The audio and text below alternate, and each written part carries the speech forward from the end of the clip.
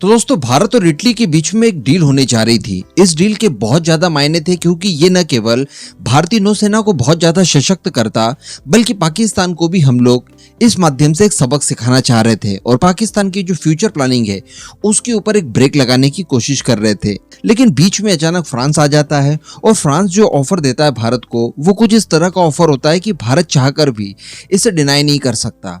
अब ऐसी परिस्थिति में बिल्कुल एक रेस शुरू होने वाली है इटली और फ्रांस के बीच में कि कौन भला ज्यादा अच्छे ऑफर्स देकर भारत के साथ इस डील को कंप्लीट करेगा।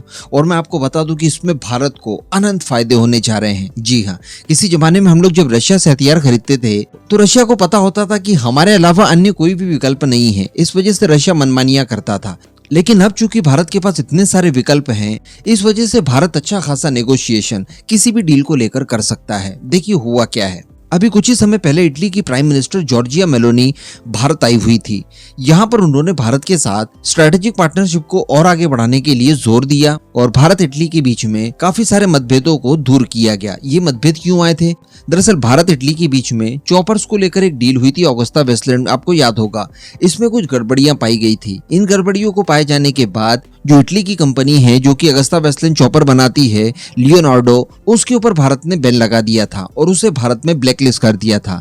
यानी लियोनार्डो जो भी हथियार वगैरह बनाएगी वो भारत में बेच नहीं सकती। लेकिन दोस्तों हमारे पास इसके बाद में दो समस्याएं आई। एक समस्या तो ये आई कि भारत ने जैसे लियोनार्डो के ऊपर बैन लगा दिया उसके बाद इटली और पाकिस्तान के बीच में डिफेंस कॉपरेशन बढ़ने लगा और इटली के पास एक सबमरीन है S-800।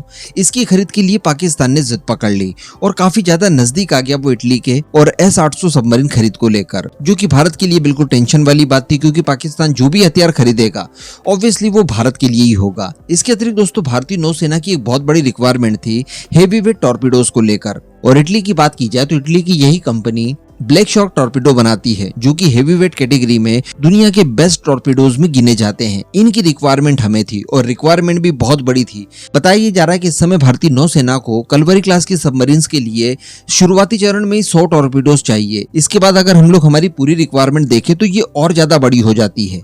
तो इन सब चीजों को लेकर भारत ने इटली के साथ थोड़ी बहुत साझगांठ की और 2021 में ही जो लियोनार्डो के ऊपर हम लोगों ने बैन लगाया था, उसे ब्लैकलिस्ट कर दिया था, उसे हटा दिया गया ताकि उस कंपनी के साथ हमारी भविष्य में डील्स वगैरह हो पाए। और जॉर्जिया मेलोनी जब भारत आती है उसके बाद ये संबंध और ज्यादा मजबूत हो जाते हैं। हम लोग उसे कन्विंस कर लेते हैं कि देखिए आप पाकिस्तान को कोई भी सबमरीन या बाकी संबंधित हथियार न सेल करें। लेकिन दोस्तों इसी बीच एक खबर निकल कर आ रही है फ्रांस की तरफ से। फ्रांस का नेवल ग्रुप भी वर्ल्ड क्लास टॉर्पीडोज बनाता है जिसमें F-21 उनका बहुत ही प्रचलित एक हेवी वेट क्लास का टॉर्पीडो है जो कि कलवरी क्लास के लिए सूटेबल है। अब फ्रांस के द्वारा दरअसल एक ऐसा ऑफर दिया गया है कि भारत शायद इसे रिफ्यूज कर ही नहीं सकता, क्योंकि बताया ये जा रहा है कि फ्रांस ने ये ऑफर साथ में दे दिया है कि अगर भारतीय नौसेना इन टॉर्पीडोज को खरीदती है तो हम इसकी असेंबली लाइन भारत में डालने के लिए तैयार हैं। तो अब आप ही बताइए कि भारत करे तो करे क्या। दोनों टॉर्पीडोज हमारी सारी रिक्वायरमेंट फुलफिल तो कर ही रहे हैं, लेकिन फ्रांस की डील के साथ फायदा ये मिल रहा है कि वो हमें असेंबली लाइन भारत के अंदर दे रहा है, यानी वो मेक इन इंडिया होंगे। तो अब खैर काफी ज्यादा कंफ्यूजिंग होगा और काफी ज्यादा क्रिटिकल होगा दोनों में से किसी एक टॉर्पीडो को चुनना।